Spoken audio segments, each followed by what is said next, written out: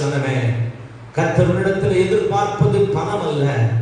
கர்த்தரிடத்தில் எதிர்பார்ப்பது வேற ஒரு காரியத்தை அல்ல. கர்த்தரிடத்தில் எதிர்பார்ப்பது அவருக்காக பலத்த காரியத்தை சாதிக்க வேண்டும் என்பது அல்ல. கர்த்தரிடத்தில் எதிர்பார்ப்பது பரிசுத்தமாய் வாழ வேண்டும் என்பதை மட்டும்தான் கர்த்தர் எதிர்பார்க்கிறார். ஹல்லேலூயா, ஹல்லேலூயா. அது பரிசுத்தமாய் வாழ்வதற்கு பரிசுத்தம் ஜீவியம் உன் வாழ்க்கையிலே காணப்பட வேண்டுமானால், நன்றாக கவனியுங்கள், நீ பரிசுத்த ஜீவியம், பரிசுத்த வாழ்வு, பரிசுத்த வாழ்க்கை உன் வாழ்க்கையிலே, உன்னுடைய ஜீவியத்திலே காணப்பட வேண்டுமானால் அது பேச்சிலே அல்ல, அது ஒப்பு கொடுத்ததிலே இருக்கிறது.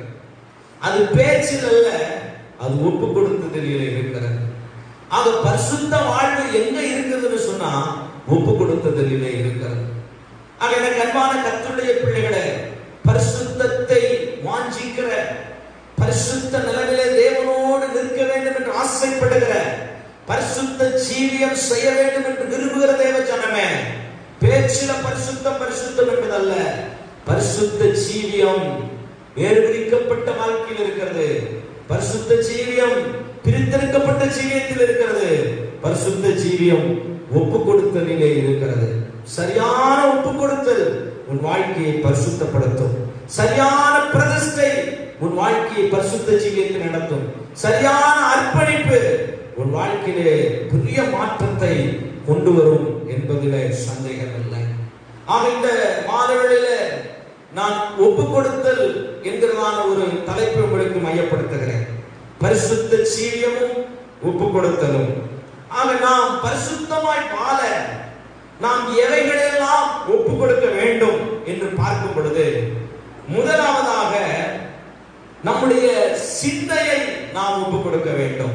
நம்முடைய சிந்தையை ரோமர் 8ஆம் அதிகாரம் 6ஆம் வசனத்தை வாசிக்கும் பொழுது, அப்போஸ்தலனாகிய பவுல் ரோமாபுரிக்கு எழுதின நிருபம் 8ஆம் அதிகாரம் 6ஆம் வசனத்தை வாசிக்கிறேன்.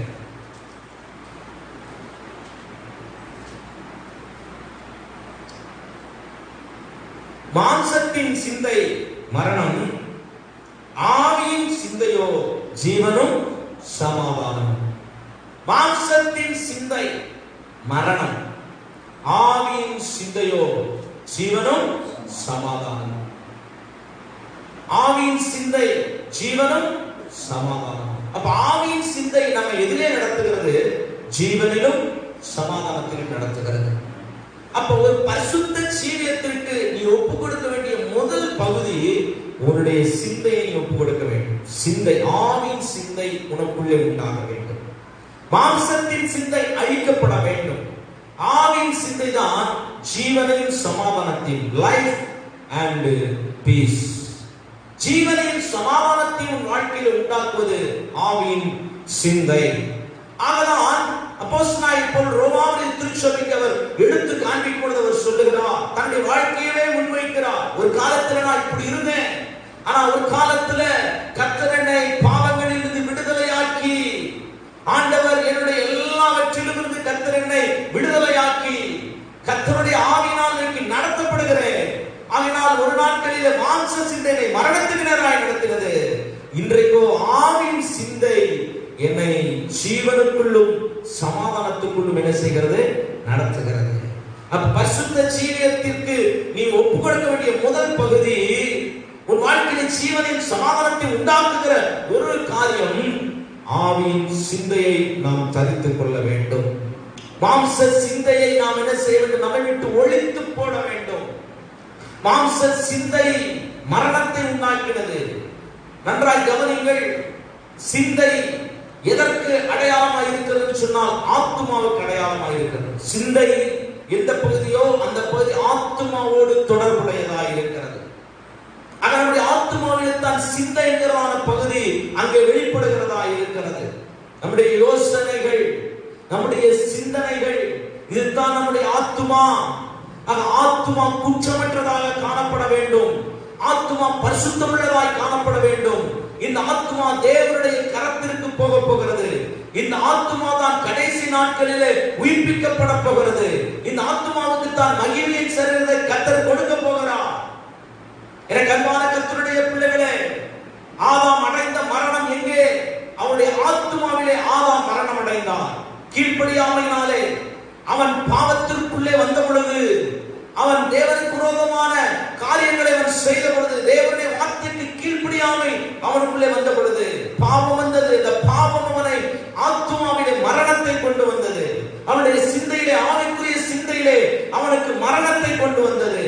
கர்த்தராகிய இயேசு கிறிஸ்து அந்த மரணத்திலிருந்து நம்மை தூக்கி எடுக்கும்படியாய் கல்வாரி சிலுவையிலே அவர் மரித்தார்.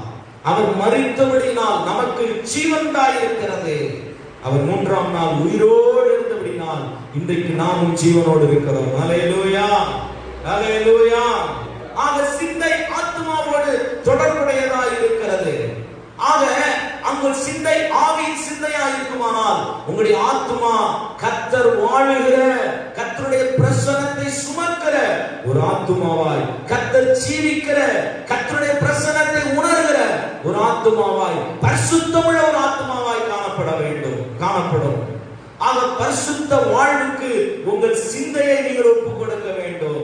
நல்லவைகளை நான் சிந்திப்பேன், நல்லவைகளையே நான் யோசிப்பேன், நல்ல காரியங்களிலே நான் சிந்திப்பதற்கு என்னுடைய சிந்தையை ஒப்புக் கொடுக்கிறேன் என்று சொல்லி நீங்கள் ஒப்புக் கொடுக்கும் பொழுது கர்த்தர் பரிசுத்த ஜீவியத்தில் உங்களை நடத்த வல்லவராக இருக்கிறார். ஆகையால் அப்போஸ்தலனாகிய பவுல் பிலிப்பியருக்கு எழுதினதான நிருபத்திலே 4ஆம் அதிகாரத்திலே அவர் சொல்லுகிறார், 7ஆம் வசனத்தை 8ஆம் வசனத்தையும் வாசிக்கும் பொழுது, எல்லா புத்திக்கும் மேலான தேவ சமாதானம் உங்கள் இருதயங்களையும் உங்கள் சிந்தனைகளையும் கிறிஸ்து இயேசுவுக்குள்ளாக காத்துக் கொள்ளும். 6ஆம் வசனம் பாருங்க, ஒன்றுக்கும் கவலைப்படாமல் எல்லாவற்றை குறித்து உங்கள் ஸ்தோத்திரங்களினாலும் விண்ணப்பங்களை ஸ்தோத்திரத்தோடு கூடிய ஜெபத்தினால் வேண்டுதலினால் தேவனுக்கு தெரியப்படுத்துங்கள். அப்பொழுது எல்லா புத்திக்கும் மேலான தேவ சமாதானம் உங்கள் இருதயங்களையும் உங்கள் சிந்தனைகளையும் கிறிஸ்து இயேசுவுக்குள்ளாக என்ன செய்யும்? காத்துக்கொள்ளும். அப்புறம் சொல்றார், கடைசியாக சகோதரரே, உண்மை உள்ளவைகள் எவைகளோ, ஒடுக்கம் உள்ளவைகள் எவைகளோ, நீதி உள்ளவைகள் எவைகளோ, கற்புள்ளவைகள் எவைகளோ, அன்புள்ளவைகள் எவைகளோ, நற்கீர்த்தி உள்ளவைகள் எவைகளோ, புண்ணியம் எதுவோ, புகழ் எதுவோ, அவைகளை செய்யுங்கள், சிந்தித்துக் கொண்டிருங்கள். ஆவின் சிந்தை இவைகளைத்தான் சிந்திக்க வேண்டும். மாம்ச சிந்தை உலக காரியங்களை சிந்திக்கும், உலகத்தின் அசுத்தங்களை சிந்திக்கும், உலகத்தினுடைய காரியங்களையே எண்ணிக்கொண்டிருக்கும். ஆனால் ஆவியின் சிந்தையோ உண்மை உள்ளவைகளை, ஒழுக்கம் உள்ளவைகளை, நீதி உள்ளவைகளை, கற்புள்ளவைகளை, அன்புள்ளவைகளை, நற்கீர்த்தி உள்ளவைகளையே சிந்தித்துக் கொண்டிருக்கும். இந்த மாலை வேளையில் உங்கள் சிந்தை எப்படிப்பட்டதா இருக்கிறது? உங்கள் சிந்தை அப்படியே உங்கள் வாழ்க்கை. உங்கள் சிந்தை பரிசுத்தமாய் இருக்குமானால் உங்கள் வாழ்க்கையும் பரிசுத்தமாய் இருக்கும். உங்கள் சிந்தை கேடு நிறைந்ததாக இருக்குமானால் உங்கள் வாழ்க்கையும் கேடு நிறைந்ததாக இருக்கும். கிறிஸ்து வெளிப்பட போகிற காலகட்டத்தில் இருக்கிறோம். தேவனுடைய நியாய தீர்ப்பு பூமியை சந்தித்துக் கொண்டிருக்கிறது. உனக்கும் எனக்கும் அப்போஸ்தலனாகிய பேதுருவை கொண்டு கர்த்தர் ஒரு அழைப்பை கொடுக்கிறார். கர்த்தர் உனக்கும் எனக்கும் தம்முடைய ஆண்டவர் தம்முடைய வாழ்க்கை குறித்து எப்படி இருக்க வேண்டும் என்று பேசுகிறார். நான் பரிசுத்தர், ஆகையால் என்னை சந்திக்க, என்னை சந்திக்க வருகிற தேவ ஜனமே, நீ பரிசுத்தமாய் இருக்கும்படி நான் உன்னை அழைத்திருக்கிறேன். முதலாவது பரிசுத்த ஜீவியத்திற்கு உன்னுடைய சிந்தை ஒப்புக் கொடுத்து ஆத்மா ஒப்புக் கொடுக்கப்பட வேண்டும். அங்கிருந்துதான் உன் வாழ்க்கை ஆரம்பிக்கிறது. அங்கிருந்துதான் உன்னுடைய ஜீவியம் ஆரம்பிக்கிறது. ஆகையினாலே தான் பிலிப்பியர் எழுதின நிருபம் 2ஆம் அதிகாரம் 5ஆம் வசனத்தை வாசிக்கும் பொழுது, பிலிப்பியர் 2ஆம் அதிகாரம் 5ஆம் வசனத்தில், கிறிஸ்து இயேசுவில் இருந்த சிந்தையே உங்களில் என்ன செய்ய கடவது? யாரில் இருந்த சிந்தை? கிறிஸ்து இயேசுவில் இருந்ததான சிந்தை. அவர் பரிசுத்தரையா, அவர் மாம்ச சாயலிலே இந்த பூமிக்கு வந்தாலும் அவரிடத்துல பரிசுத்தம் மட்டுமே காணப்பட்டது. காரணம், அவர் 100க்கு 100 தேவனாகவும் 100க்கு 100 மனிதனாகவும் இந்த பூமியிலே ஜீவித்தார். அவர் நமக்கு ஒரு ரோல் மாடல். ஆகையால தான் பவுல் எழுதுகிறார், கிறிஸ்துவில் இருந்த சிந்தை உங்களில் இருக்க வேண்டும். பாவத்தை பாராத சுத்த கண்ணன், அவரால் தீமையை சிந்திக்க முடியாது. அவர்கிட்ட அப்படி ஒரு புரோகிராமே கிடையாது. அவருடைய தீமையை அவர் பார்க்க முடியாது. என்னிடத்தில் பாவம் உண்டு என்று யார் என்னை சொல்ல முடியும்? திரள் ஜனத்திற்கு முன்பதாய் திறந்த புத்தகமாய் வாழ்ந்து காண்பித்ததான ஒரு தேவ குமாரன், நமக்காக அனுப்பப்பட்ட தேவ குமாரன். அந்த கர்த்தராகிய இயேசு கிறிஸ்துவின் சிந்தை உங்களில் இருக்க வேண்டும் என்று அப்போஸ்தலனாகிய பவுல் பிலிப்பிய பட்டணத்தில் சபைகளுக்கு அவர் எழுதுகிறதை நாம் பார்க்கிறோம். உங்களின் சிந்தை எப்படி இருக்கிறது? ரோமர் 1ஆம் அதிகாரம் 28ஆம் வசனத்தை வாசிக்கும் பொழுது, தேவனை அறியும் அறிவை பற்றி கொண்டிருக்க அவர்களுக்கு மனதில்லாதிருந்தபடியால் தகாதவைகளை செய்யும்படி தேவன் அவர்களை கேட்டான சிந்தைக்கு என்ன செய்தாராம்?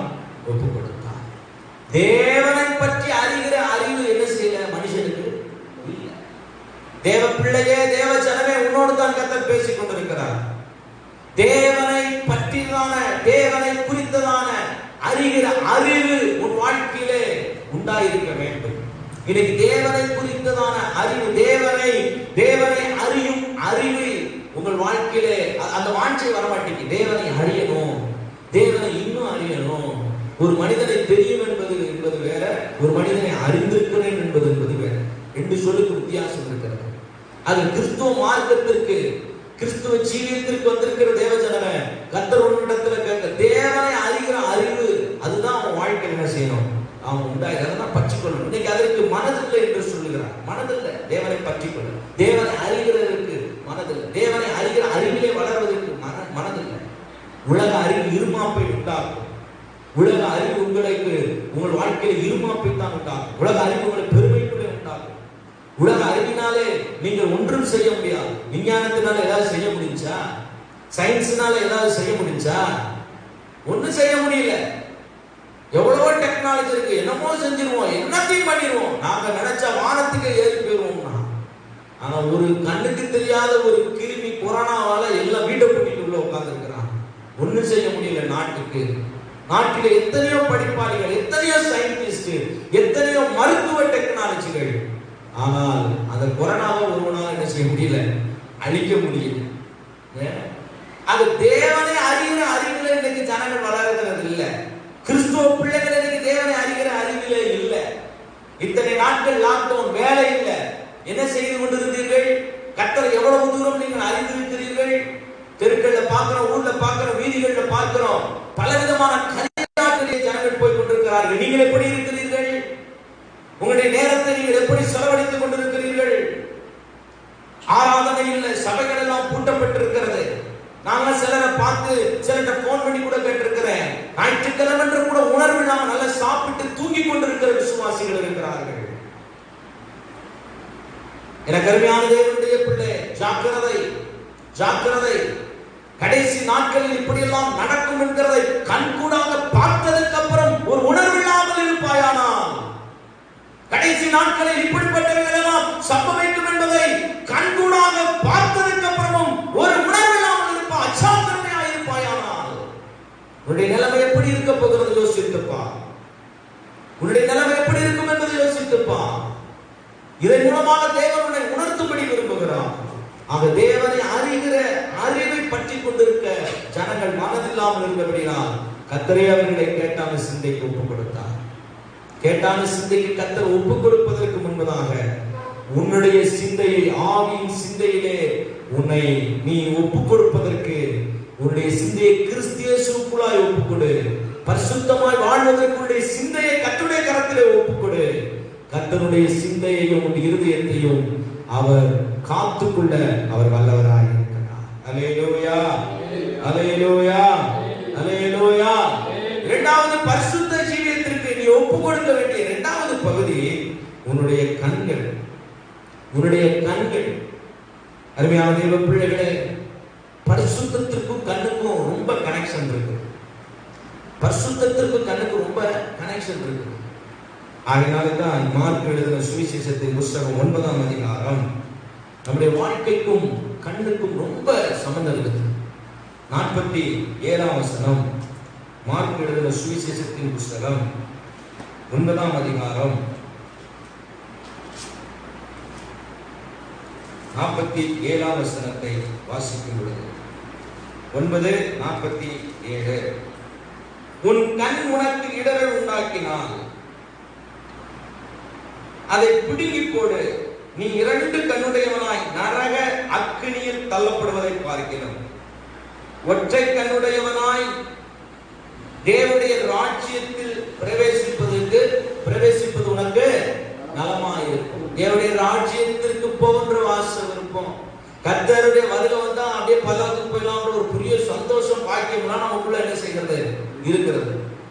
ஆனா நம்முடைய ஆசீர்வாதமான அந்த பரலோக பாக்கியத்தை அடைவதற்கு மிகவும் கேடு உண்டாக்குகிறது, அடையக்கூடாதபடிக்கு கேடு உண்டாக்குற ஒரு பகுதி நம்முடைய கண்கள். இந்த கண் வெளிச்சமா இருந்தால் சரீரம் முழுவதும் வெளிச்சமா இருக்கும். இந்த கண் இருளடைந்தால் அது சரீரம் முழுவதையும் இருளுக்கு நேராக நடத்தும். உன்னுடைய கண்களினாலே நீ கர்த்தரை மகிமைப்படுத்த வேண்டும். நீ கர்த்தரை ஏறெடுத்து பார்க்கிற அளவுக்கு உன் கண்களிலே பரிசுத்த ஜீவியம் காணப்பட வேண்டும். இந்த கண்களை கர்த்தரை பார்க்கவும், கர்த்தரை தரிசிக்கவும், கர்த்தருடைய வார்த்தைகளை வாசிப்பதற்கும், கர்த்தரை குறித்துதான் எண்ணங்களிலே உன்னுடைய கண்களை நீ சிந்திப்பதற்கு நீ ஒப்புக் கொடுக்க வேண்டும். அருமையான தேவனுடைய பிள்ளையே, கண்களின் இச்சை என்று வசனம் சொல்லுகிறது. மாம்சத்தின் இச்சை, கண்களின் இச்சை ஜீவனத்தின் பெருமை. ஆக கண்களின் இச்சை கற்பம் தரித்து பாவத்தை பிறப்பிக்கிறது, பாவம் மரணத்தை பிறப்பிக்கிறது. அப்ப கண்களை நீ பரிசுத்தமாய் நீ காத்துக் கொள்ள வேண்டும். உன் கண்களை அலையவிடக்கூடாது, உன் கண்களை தவறானவைகளை பார்க்க விடக்கூடாது. இது ஒரு பெரிய கேமரா. அந்த கண்ணு இது பதிய விட்டு என்ன செய்யும், உள்ள உனக்கு அது கொண்டு போய் அப்படியே சேர்த்துரும். உன்னுடைய ரெக்கார்ட்ல, உன்னுடைய மெமரி கார்டுல அதுல கொண்டு போய் சேர்த்துரும்.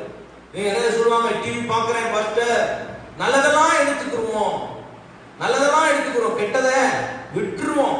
நீ விட்டுருவ, ஆனா அது உள்ள என்ன செஞ்சிரும், உள்ள பதிஞ்சிரும். நீ விட்டுருவ.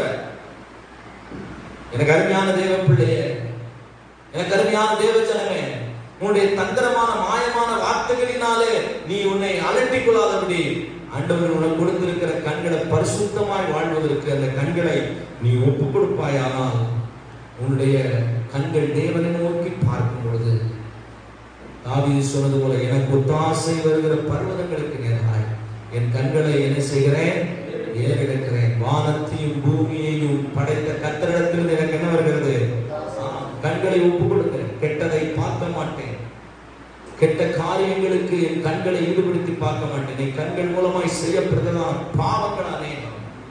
இந்த கண்கள் மூலமாகத்தான் அநேக காரியங்கள் இன்றைக்கு வாழ்க்கையை கேடாக்கி கொண்டிருக்கிறது. இந்த கண்கள் பரிசுத்தம் உள்ளதாய் நீ காத்துக்கொள்ள வேண்டும், பரிசுத்தம் உள்ளதாய் காத்துக்கொள்ள வேண்டும். அப்பொழுது தேவன் உனக்கு தரிசனமானார். பிரத்யட்சமான தரிசனத்தை உன் கண்களால் நீ பார்க்க முடியும். மகிமையான தேவனை நீ தரிசிக்க முடியும். மகிமையான தேவனுடைய தரிசனத்தை நீ பார்க்க முடியும்.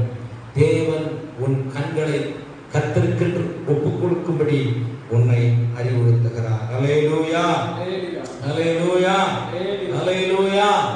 ஆயிரத்த வசனம் சொல்கிறது, உன் கண் உனக்கு இடர் உண்டாக்கினால் அதை என்ன செய்து விடு, பிடுங்கி போடுவது நல்லது. 2 கண்ணுடையவனாய் நரகத்துக்கு போவது பார்க்கணும், ஒற்றை கண்ணுடையவனாய் பரலோக ராஜ்யத்திற்கு போவது நலம். அல்லேலூயா. 2 கண் இருந்து நீ புழு வேகாமலும் புழு சாகாமலும் அங்கே அக்கினியில் அவியாமலும் இருக்குமா, அப்படிப்பட்டதான நரக அக்கினிக்குள்ளே நீ போவதற்கு பதிலாய் உன்னுடைய கண்கள் உன்னை நரக அக்கினிக்கு கொண்டு போயிருமா. பாருங்க, உன்னுடைய கால்கள், உன்னுடைய கரங்கள் 2 கையுடையவனாய் நரகத்திற்கு போவதை பார்க்கணும், ஒற்றை கையுடையவனாய் பரலோகத்துக்கு போவது நல்லது. உன்னுடைய கண்ணு எங்க கொண்டு போகுமா, உன் கண் கெட்டதா இருக்குமானால் உன் கண் எங்க கொண்டு போகுது, உன்னை நரக வரைக்கும் கொண்டு போய் விடுறது. அங்கே புழு சாவாமலும் அக்கினியில அவியாமலும் இருக்குமா. அக்கினி எரிந்து கொண்டே இருக்கும், நரகத்தில் அக்கினி எரிந்து கொண்டே இருக்கும்.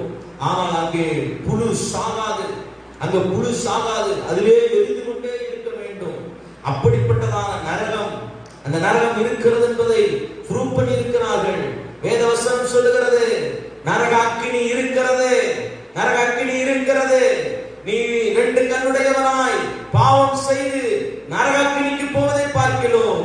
உன்னுடைய கண் உனக்கு இடரல் உண்டாக்குமா, உன்னுடைய கண்ணை புடுங்கி போடு, ஒற்றை கண்ணுடையவனாய் பரலோகத்துக்கு போவது நல்லது. அல்லேலூயா.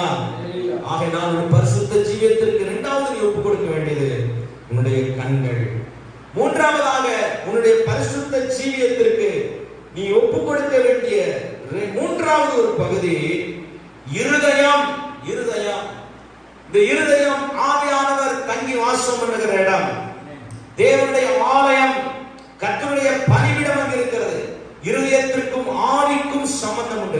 இருதயத்தில் தான் உள்ளம், இருதயத்தில் தான் மனசு என்ன செய்கிறது இருக்கிறது. சிந்தையில் ஆத்மா இருப்பது போல இருதயத்தில் தான் ஆவி, மனசு, உள்ளம் அங்கே தான் என்ன செய்கிறது இருக்கிறது. மத்தேயு 5:8 இருதயத்தில் சுத்தமுள்ளவர்கள் பாக்கியவான்கள், அவர்கள் தேவனை என்ன செய்வார்கள், தரிசிப்பார்கள். இயேசு கிறிஸ்து மலை பிரசங்கத்திலே அதை முக்கியத்துவப்படுத்துகிறார். இருதயத்திலே சுத்தமுள்ளவனாய் இருப்பாயானால் நீ தேவனை தரிசிக்க முடியும். கர்த்தராகிய இயேசு கிறிஸ்து வெளிப்பட போகிறார். அவர் தரிசனையாய் நமக்கு வெளிப்பட போகிறார். அவர் பிரத்யட்சமாய் வருகையிலே அவர் வெளிப்பட போகிறார். அந்த தேவனை சந்திக்கிற ஆண்டவர் சொல்லுகிறார், இருதயத்தில் சுத்தமுள்ளவன் பாக்கியவான், அவன் தேவனை என்ன செய்வானா, தரிசிப்பார்கள் என்று சொல்லுகிறார். அப்படி நம்முடைய இருதயத்திலே சுத்தம், பரிசுத்தம் என்ன செய்யப்பட வேண்டும், காணப்பட வேண்டும். நம்முடைய ஆவியில பரிசுத்தம், நம்முடைய உள்ளத்துல பரிசுத்தம், நம்முடைய மனசுல, மனசாட்சியில பரிசுத்தம் காணப்பட வேண்டும். பரிசுத்த ஜீவியம் காணப்பட வேண்டும். ஆக உன்னுடைய மனதிலே, உன்னுடைய உள்ளத்திலே, உன்னுடைய இருதயத்திலே, உன்னுடைய ஆவியில பரிசுத்தம் காணப்பட வேண்டுமானால் உன்னுடைய இருதயத்தை கர்த்தருக்கு ஒப்புக் கொடுக்க வேண்டும். ஆண்டவர் வாசம் பண்ணுகிற ஆலயமாய் கர்த்தர் இருதயத்தை தெரிந்தெடுத்திருக்கிறார். அங்கே பலிபீடம் இருக்கிறது. அந்த பலிபீடத்திலே ஒப்புக்கொடு. கர்த்தருடைய தரிசனத்தை நீ பார்ப்பாய். ராக்காலங்களிலே கர்த்தருடைய தரிசனத்தை பார்ப்பாய். பகற்காலங்களிலே கர்த்தருடைய வார்த்தையின் சத்தத்தை உன் இருதயத்திலே நீ உணர முடியும். கர்த்தருடைய பிரசன்னம் உன்னோடு இடைபெற முடியும். ஆவியிலே நீ நடத்தப்பட முடியும். ஆவியானவரால், கிறிஸ்துவின் ஆவியினால் ஆவியிலே நீ நடத்தப்பட வேண்டுமானால் உன் இருதயம் சுத்தமுள்ளதாய் காணப்பட வேண்டும். உன்னுடைய இருதயம் சுத்தமுள்ளதாய் காணப்படுமானால் நீ தேவ ஆவியினால் நீ நடத்தப்படுகிற மனுஷனாய் காணப்பட முடியும். தேவ ஆவியினால் எவன் நடத்தப்படுகிறானோ அவன் தேவனுக்குரியவைகளை அறிந்து கொள்ள முடியும் என்று வசனம் சொல்லுகிறது. நீதிமொழிகளின் புஸ்தகம் 20:27 வாசிக்கும் பொழுது, நீதிமொழிகள் 20:27 வாசிக்கிறதான வேளையில,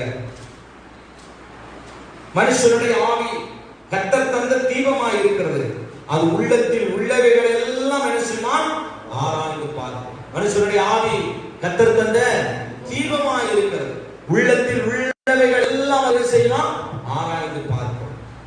ஆவி உள்ளத்தில் இருக்கிறது. மனுஷனுடைய ஆவி அவருடைய இருதயத்தில் இருக்கிறது. ஆக இந்த உள்ளத்தை மனுஷனுடைய, அந்த வசனத்தை பாருங்க, மனுஷனுடைய ஆவி கர்த்தர் தந்த தீபமாய் இருக்கிறது, அது உள்ளத்தில் உள்ளவைகளை எல்லாம் என்ன செய்யுமா, ஆராய்ந்து பார்க்கும். உள்ள கர்த்தர் கொடுத்த ஒரு தீபம் இருந்துகிட்டே இருக்குது.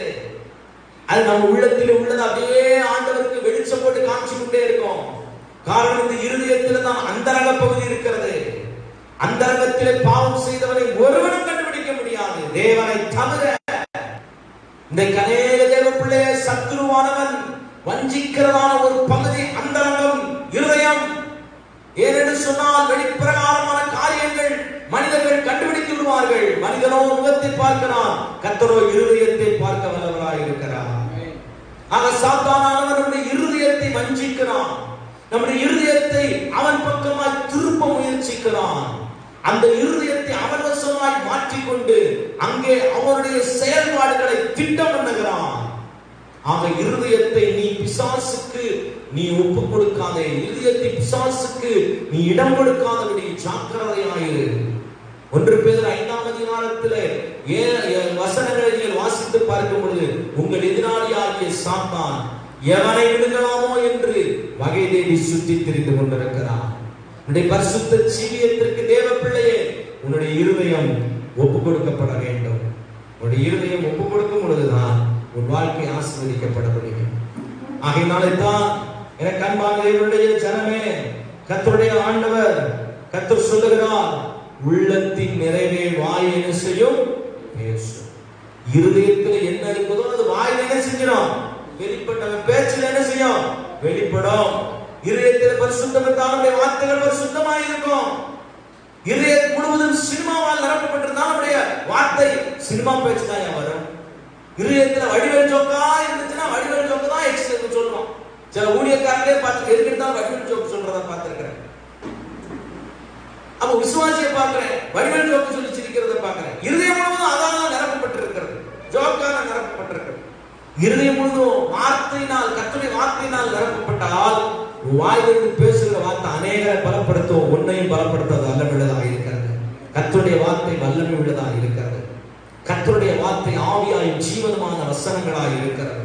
ஆக நீ உன் இருதயத்தை கர்த்தருடைய வார்த்தையினால் நிரப்ப நிரப்ப நிரப்ப உன் இருதயம் பரிசுத்தமாகிக் கொண்டே இருக்கும். ஹல்லேலூயா, ஹல்லேலூயா. ஆகையால் தான் கர்த்தருடைய வார்த்தையினால் மட்டும் இருதயத்தை நிரப்ப பிசாசானவன் விடவே மாட்டான். நீ முயற்சி பண்ணணும். பரிசுத்த வாழ்க்கை என்பது பேச்சு இல்ல, பிராக்டிஸ். அது தினந்தோறும் உன்னை நீ பயிற்சிவிக்க வேண்டும். கிறிஸ்து இயேசுவுக்குள்ளாய் உன்னை பயிற்சிவிக்க வேண்டும். கர்த்தருடைய வசனங்களுக்குள்ளாய் உன்னை பயிற்சிவிக்க வேண்டும். அது உன்னை உருவாக்க வல்லமை உள்ளதா இருக்கிறது. உள்ளத்தின் நிறைவே வாய் பேசும். இந்த வாயை நீங்க கொஞ்ச நேரம் ஒருத்தர் பேசினாலே நீங்க புரிஞ்சுக்கலாம் இவன் எந்த ஆவியினால நிரப்பப்பட்டிருக்கிறான்னு சொல்லி. எனக்கு அருமையான தேவனுடைய பிள்ளைகளே, ஜாக்கிரதை, ஜாக்கிரதை. வாயின் வார்த்தைகளினால் பிசாசு உங்களை பிடிச்சுக்குவான். ஆக நீங்கள் பரிசுத்த ஜீவியத்திற்கு நீங்கள் ஒப்புக் கொடுக்க வேண்டிய மூணாவது பகுதி உங்களுடைய இருதயம். இருதயத்தில் சுத்தமுள்ளவர்கள் பாக்கியவான்கள், அவர்கள் தேவனை தரிசிப்பார்கள். உங்களுடைய இருதயம் தேவனுடைய ஆலயமாக இருக்கிறது. உங்களுடைய இருதயத்தை ஒப்புக் கொடுக்க. நான்காவது பரிசுத்த ஜீவியத்திற்கு நான்காவதாக ஒரு பகுதியை நீங்க ஒப்புக் கொடுக்கணும். அது என்னன்னு சொன்னா நம்முடைய அவயவங்கள். நம்முடைய அவயவங்கள் ரோமருக்கு எழுதுவதான நிருபம் 6ஆம் அதிகாரம் 19ஆம் வசனத்தை வாசிக்கிறேன். ரோமர் 6:19. உங்கள் மாம்ச பலவீனத்தின் நிமித்தம் மனுஷர் பேசுகிற பிரகாரமாய் பேசுகிறேன். அக்கிரமத்தை நடப்பிக்கும்படி முன்னே நீங்கள் உங்கள் அவயவங்களை அக்கிரமத்தை நடப்பிக்கும்படி முன்னே நீங்கள் உங்கள் அவயவங்களை அசுத்தத்திற்கும் அக்கிரமத்திற்கும் அடிமைகளாக ஒப்புக் கொடுத்தது போல இப்பொழுது பரிசுத்தமானதை நடப்பிக்கும்படிக்கு உங்கள் அவயவங்களை எதற்கு ஒப்புக் கொடுக்க வேண்டுமா? நீதிக்கு அடிமைகளா என்ன செய்யுங்கள்? ஒப்புக் கொடுங்க. முன்னே காலத்துல நீங்க உங்களுடைய அவயவங்களை அசுத்தத்திற்கு நீங்க என்ன செய்தீர்கள்? ஒப்புக் கொடுத்திருந்தீர்கள். இப்பொழுதோ கர்த்தர் உங்களை அவருடைய மாசற்ற குற்றமற்ற ஆட்டுக்குட்டியானவரின் விளையேறப்பட்ட ரத்தத்தினாலே உங்களை ரட்சித்திருக்கிறார். உங்களை ரட்சித்த தேவன் பரிசுத்தர். அந்த தேவன் உங்களுக்கு சொல்லுகிறார், உங்களுடைய அவயவங்களை பரிசுத்தத்தை நடப்பிக்கும்படி நீ என்ன செய்ய? நீதிக்கு. உங்கள் அவயவங்களை எதற்கு ஒப்புக் கொடுக்கணுமா? நீதிக்கு ஒப்புக் கொடுக்க வேண்டும். உங்கள் அவயவங்களை கர்த்தர் பாவத்தில் இன்று விடுதலையாக்கி இருக்கிறார். விடுதலையாக்கப்பட்ட தேவஜனமே, நீ செய்ய வேண்டியது என்னன்னா, பரிசுத்த வாழ்வுக்கு ஜீவியத்திற்கு உன்னுடைய அவயவங்களை நீ நீதிக்கு அடிமையா என்ன செய்யணும்? ஒப்புக் கொடுக்கணும். இந்த அவயவம் இனி அநீதி என்ன செய்யாது? செய்யாது. இந்த அவயவத்தை கொண்டு இனி அநீதியான காரியங்களை நான் என்ன செய்ய மாட்டேன்? செய்ய மாட்டேன். அப்ப பரிசுத்த ஜீவியம் ஒப்புக் கொடுத்ததில் இருக்கிறது. அதனால 22ஆம் அதிகாரம், இப்பொழுது நீங்கள் பாவத்தில் நின்று விடுதலையாக்கப்பட்டு தேவனுக்கு அடிமைகளானதினால் பரிசுத்தமானது உங்களுக்கு கிடைக்கும் பலன். பரிசுத்தமானது உங்களுக்கு கிடைக்கும் பலன். நீங்க உங்கள் அவயவங்களை நீதிக்கு ஒப்புக் கொடுக்கிறபடினால் உங்களுக்கு பரிசுத்தமாகுதல் தேவனால் கொடுக்கப்படுகிற ஒரு gift. ஹல்லேலூயா, ஹல்லேலூயா, ஹல்லேலூயா. ஆகையால்தான் அந்த 6ஆம் அதிகாரம் 13ஆம் வசனத்தை நீங்கள் வாசிக்கும் பொழுது, நீங்கள் உங்கள் அவயவங்களை அநீதியின் ஆயுதங்களாக பாவத்திற்கு ஒப்புக் கொடுக்காமல் உங்களை மரித்தோரிலிருந்து பிழைத்திருக்கிறவர்களாக தேவனுக்கு ஒப்புக் கொடுத்து உங்கள் அவயவங்களை நீதிக்குரிய ஆயுதங்களாக எதுக்கு ஒப்புக் கொடுங்கள்? தேவனுக்கு ஒப்புக் கொடுங்கள். 15ஆம் வசனம், தேவனுக்கு என்ன செய்யுங்கள்? ஒப்புக் கொடுங்கள். ஹல்லேலூயா. ஆக நம்முடைய அவயவங்களை நீதிக்குரிய ஆயுதங்களாக தேவனுக்கு என்ன செய்ய வேண்டும்? ஒப்புக் கொடுக்க வேண்டும். இதுவரைக்கும் நீங்க துன்மார்க்கத்தின் ஆயுதமாய் உங்களுடைய அவயவங்கள் இருக்கலாம். உங்கள் அவயவங்களை பிசாசானவன் துன்மார்க்கத்திற்கு ஏதுவாய் உங்களை பழக்கி வைத்திருக்கலாம். உங்கள் அவயவங்களை பிசாசானவன் துன்மார்க்கத்துக்கு ஏதுவாய் நடப்பிக்கும்படி உங்களை உருவாக்கி வைத்திருக்கலாம். ஆனால் அவைகளில் நின்று கர்த்தராகிய இயேசு உங்களை விடுதலையாக்கப்பட்டபடியினால் உங்களுடைய உங்களுடைய அவயவங்களை இனி அநீதியின் ஆயுதங்களாய் அல்ல, நீதிக்குரிய ஆயுதங்களாய் உங்களுடைய அவயவங்களை நீதிக்கு ஒப்புக் கொடுக்கிறது நிமித்தமாய் உங்களுக்கு கிடைக்கும் பலன் பரிசுத்தம். பரிசுத்தம். ஆக பரிசுத்த ஜீவியத்திற்கு ஒப்பு கொடுத்தல் மிகவும் அவசியம். உங்களுடைய அவயவங்களை நீதிக்குறி என்ன செய்யுங்கள், கர்த்தருக்கு என்ன செய்யுங்கள் என்று நீங்கள் ஒப்பு கொடுங்கள். நம்முடைய அவயவங்கள் நீதிக்குரிய ஆயுதங்களாய் தேவனுக்கு ஒப்பு கொடுக்கிறதுனா இன்று முதல் நம்முடைய அவயவங்கள் பரிசுத்தத்தை நடப்பிக்கும்படி கர்த்தர் நம்மை பயன்படுத்துகிறார். இதுவரைக்கும் பிசாசு பயன்படுத்திக்கிட்டு இருந்தான். நீங்க ரட்சிக்கப்பட்டு நீங்க எப்ப நீதியின் ஆயுதங்களால் உங்கள் அவயவங்களை நீதியை நடப்பிக்கும்படி கர்த்தருக்கு ஒப்பு கொடுத்தீர்களோ அன்றிலிருந்து உங்களை கர்த்தர் பயன்படுத்த வல்லவராக இருக்கிறார். உங்களுடைய கரத்தினால் அநேகர் ஆசீர்வதிக்கப்படுவார்கள். உங்களுடைய நற்கிரியைகளினால் அநேகர் ஆசீர்வதிக்கப்படுவார்கள். அநேகர் தேவன் பக்கமாய் திருப்பப்படுவார்கள். உங்களுடைய அவயவங்களை நீதிக்குரிய ஆயுதங்களாக நீதியை நடப்பிக்கும்படி கர்த்தருக்கென்று நீங்கள் ஒப்புக் கொடுங்கள். பரிசுத்த வாழ்வு உங்களுக்கு நிச்சயம். ஐந்தாவதாக, உங்களுடைய வாழ்க்கையிலே நீங்கள் ஒப்புக் கொடுக்க வேண்டிய ஒரு பகுதி, ஐந்தாவதாக நம்முடைய நடக்கைகளை நாம் ஒப்புக் கொடுக்க வேண்டும். 1 பேதுருவின் புஸ்தகம், 1 பேதுரு நிருபம் 1ஆம் அதிகாரம் 15ஆம் வசனத்தை வாசிக்கும் பொழுது, உங்களை அழைத்தவர் பரிசுத்தராய் இருக்கிறது போல நீங்களும் உங்கள் நடக்கைகள் எல்லாவற்றிலும் எப்படி இருங்கள், பரிசுத்தராய். உங்கள் நடக்கைகள், உங்கள் ஆட்டிட்யூட், உங்களுடைய நடக்கைகள் எல்லாவற்றிலும் பரிசுத்தராய் இருங்கள். நம்முடைய நடக்கைகளை நாம் தேவனுக்கு முன்பதாய் ஒப்புக் கொடுக்க வேண்டும். எபேசியர் 4:22 பார்க்கிறோம், முந்தின நடக்கைகளை, நம்மை மோசம் போக்கின முந்தின நடக்கைகளை நாம் என்ன செய்ய வேண்டும், கலைத்து போட வேண்டும். முந்தின நடக்கைகளை, பழைய மனுஷன் முந்தின நடக்கைக்குரியவைகளை செய்து கொண்டிருந்தார். ரட்சிக்கப்பட்ட தேவஜனமே, கர்த்தருடைய தேவஜனமே, நீ கர்த்தருடைய நாமத்தினால் விடுதலையாக்கப்பட்டு ரட்சிக்கப்பட்டு கர்த்தருக்கென்று வாழ்ந்து கொண்டிருக்கிற தேவஜனமே, உன்னுடைய நடக்கை கிறிஸ்து இயேசுவுக்குள் மறுரூபமாக்கப்பட்டதாய், உன்னுடைய நடக்கை கிறிஸ்து இயேசுவை வெளிப்படுத்துகிறதாய் காணப்பட வேண்டும். முந்தின நடக்கைக்குரிய மோசம் போக்குகிறதான காரியங்களை நீ கலைத்து போட வேண்டும். அந்த வசனத்தை நாம் வாசிக்கலாம். எபேசியர் 4ஆம் அதிகாரம் 22ஆம் வசனத்தை வாசிக்கும் பொழுது, அந்தபடியே முந்தின நடக்கைக்குரிய மோசம் போக்கும் இச்சைகளால் கெட்டு போகிற பழைய மனுஷனை நீங்கள் கலைத்து போட்டு உங்கள் உள்ளத்திலே புதிதான ஆவியுள்ளவராகி மெய்யான நீதியிலும் பரிசுத்தத்திலும் தேவனுடைய சாயலாய் சிருஷ்டிக்கப்பட்ட புதிய மனிதனை என்ன செய்தீர்கள், தரித்துக் கொண்டீர்கள். பழைய மனுஷன் மோசம் போக்குகிற இச்சைகளினால் உண்டானார். புதிய மனுஷன் மெய்யான நீதியிலும் பரிசுத்தத்திலும் உருவாக்கப்பட்டவன். அல்லேலூயா. அவனுடைய நடக்கை சாக்கிரதையா இருக்க வேண்டும். உன்னுடைய நடக்கை கர்த்தரை மகிமைப்படுத்துகிறதா இருக்க வேண்டும். உன்னுடைய நடக்கையினாலே அநேகரை கர்த்தருக்கு ஆதாயப்படுத்துகிறதா என்ன செய்ய வேண்டும், இருக்க வேண்டும். துன்மார்க்கனுடைய நடக்கை வாழ்க்கையில் இருக்கக்கூடாது. பாவிகளுடைய நடக்கை வாழ்க்கையில் இருக்கக்கூடாது. பரியாசக்காரனுடைய நடக்கை வாழ்க்கையில் இருக்கக்கூடாது. சினிமாக்காரனுடைய நடக்கை வாழ்க்கையில் இருக்கக்கூடாது. ஒரு ஸ்டைல், உன் நடக்க எல்லாம் கர்த்தரை மாதிரி இருக்கிற, கர்த்தரை போல இருக்க. உன்னுடைய ரோல் மாடல் கர்த்தர். அவருடைய நடக்கைகள் எல்லாவற்றிலும் தேவனை நீ மகிமைப்படுத்த. உன்னை அழைத்தவர் பரிசுத்தராய் இருக்கிற போல உங்கள் நடக்கைகள் எல்லாவற்றிலும் நீங்கள் எப்படி இருக்க வேண்டும், பரிசுத்தராய் இருக்க வேண்டும். ஆக உங்கள் நடக்கையை நீங்கள் கர்த்தருக்கு விட்டவரை, நான் துன்மார்க்கமான நடக்கை எனக்கு இருக்கக்கூடாது. பாவிகளை போல நான் நடக்கக்கூடாது. துன்மார்க்கனை போல நான் நடக்கக்கூடாது. பரிகாசனை போல என்னுடைய ஜீவியத்தில் என்னுடைய வாழ்க்கை ஆக்டிவிட்டி என்ன செய்யக்கூடாது, இருக்கக்கூடாது. என்னுடைய நடவடிக்கைகள் இருக்கக்கூடாது. என்னுடைய நடவடிக்கைகள் கர்த்தரை மகிமைப்படுத்துகிறதா இருக்க. உன்னுடைய நடக்கையை கர்த்தர் பாவம் கவனித்துக் கொண்டிருக்கிறார். அதுவும் நியாயத்திற்கு அது கணக்கு ஒப்புவிக்கப்பட வேண்டியதற்கு வரப்போகிறது. ஆகினால்தான் கர்த்தர் சொல்ற, உடைய நடக்கைகள் எல்லாவற்றிலும் நீங்கள் பரிசுத்தமாக இருக்க வேண்டும். முந்தின நடக்கக்கூடிய மோசம் போக்குகிற இச்சைகளால் உண்டான பழைய மனிதனை நீங்கள் என்ன செய்ய, கலைத்து போடுங்க. அதை கலைத்து போட்டுங்க.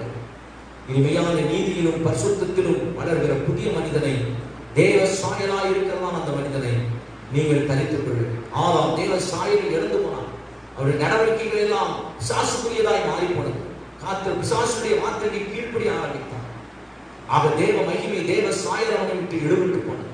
தேவ ஜனமே, இழந்து போன அந்த சாயலை, இழந்து போன அந்த மேன்மையை, இழந்து போன அந்த பரிசுத்தத்தை உனக்கு கொடுக்க முடியாது. கல்வாரி சிலுவையில் இயேசு மரித்தார். அவருடைய இரத்தம் உன்னை பரிசுத்தப்படுத்தினது.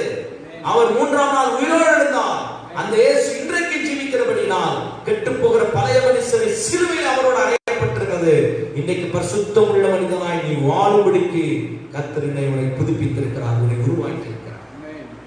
ஆக கெட்டு போகிற பழைய மனுஷனுக்குரிய நடக்கைகளை கலைத்து போட்டு நீங்க தேவ பிள்ளைகள், கர்த்தருடைய ஜனம் என்கிற மாதிரியை நீங்கள் வெளிப்படுத்த ஆண்டவர் விரும்புகிறார். ஆக பரிசுத்த ஜீவியம் நம்முடைய ஒப்பு கொடுத்தலிலே இருக்கிறது. நம்முடைய நடக்கைகளை கர்த்தருக்கு முன்பாக நாம் ஒப்பு கொடுக்க வேண்டும். ஆறாவதாக, பரிசுத்த ஜீவியத்திற்கு ஒப்பு கொடுக்க வேண்டிய மிக முக்கியமான ஒரு பகுதி நம்முடைய வாழ்க்கை. நம்முடைய வாழ்க்கை வாழ்க்கை நம்முடைய ஜீவியத்தை, நம்முடைய வாழ்க்கையை கர்த்தருக்கு அர்ப்பணிக்கணும். கர்த்தருக்கு அர்ப்பணிக்கணும். எதை கேட்டாலும் கர்த்தருக்கு கொடுக்கறதுக்கு இன்னைக்கு ஜனங்களுக்கு ஆயத்தம். எதை கேட்டாலும் கர்த்தருக்கு கொடுத்துருவாங்க. ஆனா வாழ்க்கையை ஒப்பு கொடுறா அப்படின்னா அவங்களால என்ன செய்ய முடியாது, ஒப்பு கொடுக்க முடியாது. வாழ்க்கையை ஒப்பு கொடுக்கிறது ரொம்ப கஷ்டம். ஆக வாழ்க்கையை ஒப்பு கொடுக்கும்படி கர்த்தர் விரும்புகிறார். அதனாலதான் ரோமர் 12ஆம் அதிகாரம் 1ஆம் வசனத்தை வாசிக்கும் பொழுது உங்கள் சரீரங்களை, ரோமர் 12ஆம் அதிகாரம் 1ஆம் வசனத்தை வாசிக்கும் பொழுது, நீங்கள் உங்கள் சரீரங்களை பரிசுத்தமும் தேவனுக்கு பிரியமுமான ஜீவ பலியாக ஒப்பு கொடுக்க வேண்டும் என்று தேவனுடைய இரக்கங்களை முன்னிட்டு உங்களை வேண்டிக் கொள்ளுகிறேன். பரிசுத்தமும் தேவனுக்கு பிரியமுமான ஜீவ பலியாக உங்க வாழ்க்கை என்ன செய்யணும், ஒப்பு கொடுக்க வேண்டும். ஜீவ பலி சந்தா விட்டு ஜீவ பலி. உங்கள் வாழ்க்கையை எல்லா பகுதியும், உங்கள் வாழ்க்கையை முற்றிலுமாய் நீங்கள் கர்த்தருக்கு என்று ஒப்பு கொடுக்க வேண்டும். நம்ம வாழ்க்கையை அர்ப்பணிப்பது, பரிசுத்தமும் தேவனுக்கு பிரியமுமான ஜீவ பலியாக உங்களை ஒப்பு கொடுக்க வேண்டும் என்று தேவனுடைய இரக்கங்களை முன்னிட்டு உங்களுக்கு என்ன செய்கிறேன் சொல்லுகிறேன். பரிசுத்த வாழ்க்கைக்கு, பரிசுத்த ஜீவியத்திற்கு உங்கள் வாழ்க்கையை நீங்கள் ஒப்பு கொடுக்க வேண்டும். இயேசுவானவர் பிதாவின் சித்தத்தை செய்யும்படி தன்னைத்தானே ஒப்பு கொடுத்தார். எகிப்திலே அரண்மனை வாழ்க்கையில் இருந்தாலும் கர்த்தருக்காக வாழும்படி யோசேப்பு தன் வாழ்க்கையை கர்த்தருக்கு முன்பதாக ஒப்பு கொடுத்தான். ஆகையினால தான் பாவம் அவனை தீட்டுப்படுத்த முடியவில்லை, அவனை தொடக்கூட முடியவில்லை, அவனை ஆட்கொள்ள முடியவில்லை. ஏன்னா வாழ்க்கையை அவன் கர்த்தருக்கு ஒப்பு கொடுத்தான். தானியேல் பாபிலோன் தேசத்திலேயும் தீட்டுப்படாதபடிக்கு, ராஜபோஜனத்தினால் தீட்டுப்படாதபடிக்கு தன்னை வாழ்க்கையவே கர்த்தருக்கு ஒப்பு கொடுத்திருந்தான். ஆகையினால்தான் அவன் வாழ்க்கை பரிசுத்தமாக இருந்தது. அழிந்து போகிறவர்களுடனே அவனும் அழிந்து போகாதபடிக்கு கர்த்தரால் பாதுகாக்கப்பட்டிருந்தான், தேசத்திலே உயர்த்தப்பட்டிருந்தான். பரிசுத்தத்தின் வாழ்க்கைக்கு நேராய் ஆயத்தமாய் கொண்டிருக்க, பரிசுத்த ஜீவியம் செய்து கொண்டிருக்க உனக்கு ஒருவேளை பாடுகள் வரலாம், போராட்டங்கள் வரலாம், ஒருவேளை கஷ்டங்கள் வரலாம், ஒருவேளை பெரிய யோகியனா அப்படின்னு சொல்லி கூட உன்னை பேசலாம், இகழ்ச்சி பண்ணலாம், உன்னை கேலி செய்யலாம், கிண்டல் பண்ணலாம். ஆனால் பரிசுத்த வாழ்க்கை உன்னை ஒப்பு கொடுப்பாயனால் கர்த்தர் உன்னை உயர்த்தவர் வல்லவராக இருக்கிறார். ஹல்லேலூயா, ஹல்லேலூயா, ஹல்லேலூயா. ஆக மோசே கூட பாருங்க, அங்க எகிப்திலே பாவ சந்தோஷத்தை அனுபவிப்பதை காட்டிலும் தேவ ஜனங்களோடு துன்பத்தை அனுபவிக்கும்படி அவன் புறப்பட்டு வந்தான். ஒரு நல்ல ஒப்பு கொடுத்தல் அவன் வாழ்க்கையில. கர்த்தர் அவனை பெரிய தீர்க்கதரிசியாய், அவனுக்கு முன்னே அப்படி ஒருவனும் இல்லை, அவனுக்கு பின்னே அப்படி ஒருவனும் எழுந்ததும் இல்லை, அப்படிப்பட்ட ஒரு மனுஷனாய் கர்த்தர் அவனை உயர்த்தினார். உன்னுடைய பரிசுத்த வாழ்வு ஒப்பு கொடுத்தலிலே இருக்கிறது. உன் வாழ்க்கையை கர்த்தருக்கு ஒப்பு கொடு. கர்த்தர் தேசத்தில் உன்னை உயர்த்த வல்லவராக இருக்கிறார். நான் உலகத்தோடு தான் இருக்கிறேன். எப்படி தண்ணீர்ல மீன் இருக்கிறது போல, உப்பு கடலுக்குள்ள மீன் இருக்குது. ஆனா மீனை தண்ணீரை விட்டு எடுத்துட்டோம்னா அந்த மீனுக்குள்ள உப்பு என்ன செய்யாது, இருக்காது. தண்ணீர்ல இருக்கிற தாமரையை போல, தண்ணிக்குள்ளதான் தாமரை இருக்குது. ஆனா தாமரையை நீ தண்ணீரை விட்டு எடுத்துட்டா அந்த தாமரையில தண்ணீர் ஒட்டவே ஒட்டாது. அதுதான் பரிசுத்த ஜீவியத்துக்கு அடையாளமா சொல்றேன். ஆக இந்த உலகத்தோடு நீ உலகத்திலே கர்த்தர் உன்னை வைத்திருக்கிறார். ஆனால் உலகத்தோடு ஒத்தவேசம் தரித்துக் கொண்டு உலகத்தோடு வாழ்வதற்கல்ல, உலகத்தோடு ஒத்து போவதற்கல்ல, உலகத்திலிருந்து வேறு பிரிக்கப்பட்ட ஒரு தேவ மனுஷனார், தனித்துவம் வாய்ந்த ஒரு தெய்வ பிள்ளையார், கர்த்தருக்கென்று ஒப்பு கொடுத்த தெய்வ பிள்ளையார் நீ உன் வாழ்க்கையை அர்ப்பணிக்கும் பொழுது கர்த்தர் உன் வாழ்க்கையை ஆசீர்வதிக்க, அவர் உயர்த்த அவர் வல்லமை உள்ளவராக இருக்கிறார். ஹல்லேலூயா. ஹalleluya. ஆகையால கடைசியாய் 1 தெசலோனிக்கேயரின் புத்தகம் 5ஆம் அதிகாரம் 23வது வசனத்தை வாசிக்கும்போது 1 தெசலோனிக்கேயர் 5ஆம் அதிகாரம் 23ஆம் வசனத்தை வாசிக்கும்போது, சமாதானத்தின் தேவன் தாமே உங்களை முற்றிலும் பரிசுத்தமாக்குவாராக. உங்கள் ஆவி, ஆத்துமா, சரீரம் முழுவதும் நம்முடைய கர்த்தராகிய இயேசு கிறிஸ்து வரும்பொழுது குற்றமற்றதாய் இருக்கும்படிக்கு காக்கப்படுவதாக. உங்களை அழைத்தவர் உண்மை உள்ளவர், அவர் அப்படியே செய்வார். ஹல்லேலூயா. உங்கள் ஆவி, ஆத்துமா, சரீரம் முற்றிலும் பரிசுத்தமாக்கப்பட்டதாக.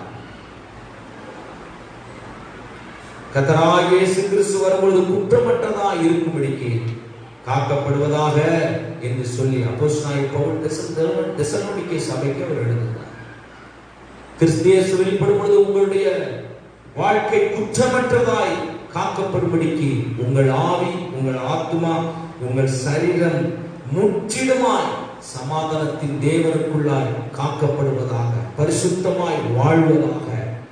உங்களை அழைத்தவர் உண்மையுள்ளவர், அப்படியே செய்யவர் வல்லவராக இருக்கிறார்.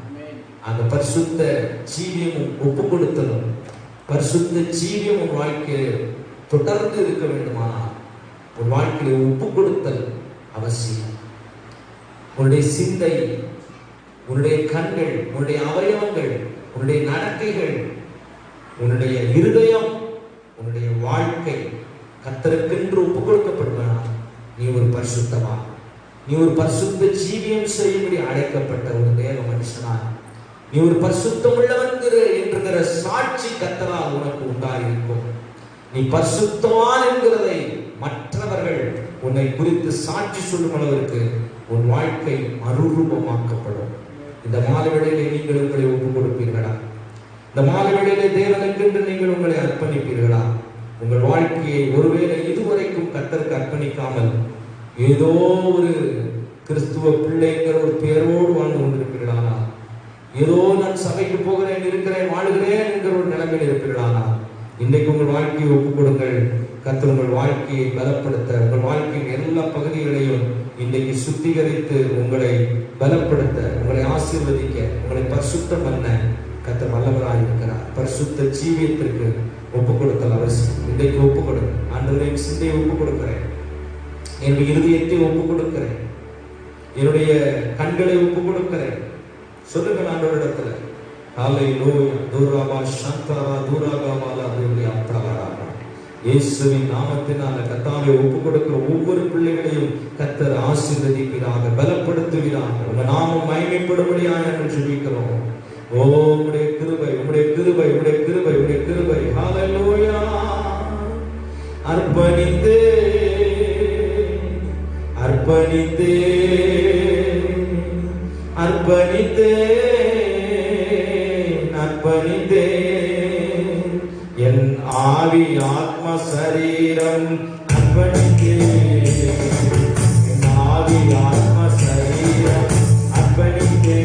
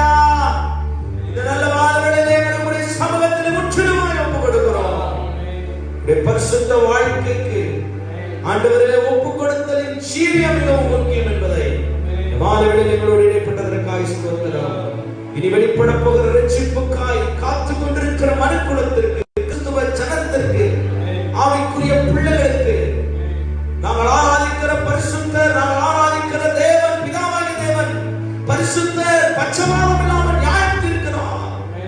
இந்த நியாயாதிபதிக்கு முன்பதாக நிற்க போகிற நாங்கள் பரிசுத்தம் உள்ளவர்களாய் காணப்படும்படிக்கு எங்களை வாழ்க்கையை ஒப்பு கொடுத்தல், பிரதிஷ்டை, அர்ப்பணிப்பு உண்டாகும்படியாய் இந்த மாதங்களில் எங்களோடு இடைப்பட்டதற்காக ஸ்தோத்திரம்.